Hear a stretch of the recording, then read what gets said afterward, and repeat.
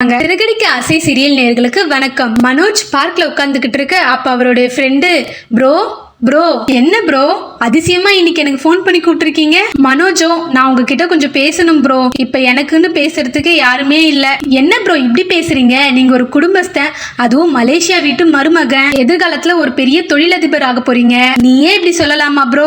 ஆமா, நீங்க ஏதோ கனடால வேலை கிடைச்சு போக போறதா சொன்னீங்க. எதுக்காக என்ன ஃபோன் பண்ணி வர சொன்னீங்க ப்ரோ? மனோஜும் சொன்னேன், ஆனா அந்த வேலைக்கு 14 லட்சம் ரூபாய் பணம் கட்ட சொல்றாங்க. உடனே மனோஜோட ஃப்ரெண்டும், ஓ வேலைக்கு போறதுக்கு அவங்களுக்கு நம்ம காசு கொடுக்கணுமா?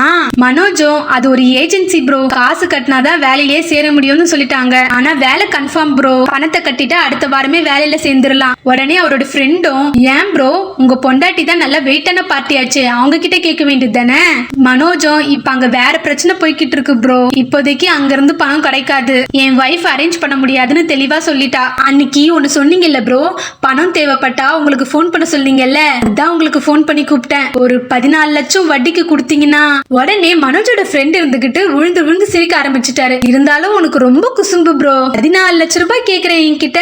மனோஜ் இருந்துகிட்டு, ப்ரோ நான் கனடாக்கு போய் சம்பாரிச்சு இந்த பணத்தை எல்லாம் வட்டியோட 2-3 மாசத்துல திருப்பி கொடுத்துறேன் ப்ரோ, என்ன நீங்களாச்சும் நம்புங்களேன். உடனே ஃப்ரெண்டும், உன்னை பத்தி எனக்கு தெரியாதா ப்ரோ, ஒரு 20,000 ரூபாய் பணத்துக்கே இந்த சென்னை ஃபுல்லா என்ன சுத்த விட்ட. 14 லட்சம் ரூபாய் உன்னை நம்பி கொடுத்தா சந்திரமண்டலத்துக்கு போனாலே அந்த காசு எனக்கு திரும்பி கிடைக்காது. உன் வைஃபே உன்னை நம்பி பணம் கொடுக்க மாட்டாங்க, நான் எப்படி ப்ரோ உன்னை நம்பி பணம் கொடுக்கறது? அப்படியே உன்னை நான் நம்பினா கூட அவ்வளவு காசு என்கிட்ட இல்ல ப்ரோ, நானே சின்ன அளவுக்கு தான் வட்டிக்கு விட்டுக்கிட்டு இருக்கேன். 14 லட்சம் ரூபாய் என்கிட்ட இருந்தா நான் ஏன் இப்படி பார்க்ல சுத்திக்கிட்டு இருக்கேன்? மனோஜ் இருந்துகிட்டு, நான் இப்பவே கனடா வேலைக்கு போகணும் ப்ரோ, பணம் கட்டலன்னா அந்த வேலையும் போயிடும், அப்புறம் நான் நினைச்ச மாதிரி வேலை எப்பவுமே என்ன தேடி வராது. அவர் ஃப்ரெண்டும், இப்ப என்ன உங்களுக்கு பணம் தானே வேணும், அதுக்கு என்கிட்ட ஒரு வழி இருக்கு. நான் ஒரு ஆள் கிட்ட உன்னை நான் கூட்டிட்டு போறேன், நான் ஒரு சாமியார் கிட்ட உன்னை கூட்டிட்டு போறேன். எனக்கு தெரிஞ்ச சக்தியான சாமியார் ஒருத்தர் இருக்காரு, நம்மளுக்கு என்ன தேவைன்றது அவர்கிட்ட சொன்னோம்னா. மனோஜ் இருந்துகிட்டு, ஓ அவரே கடவுள் கிட்ட கேட்டு பணத்தை ஏற்பாடு பண்ணி கொடுத்துருவாரா?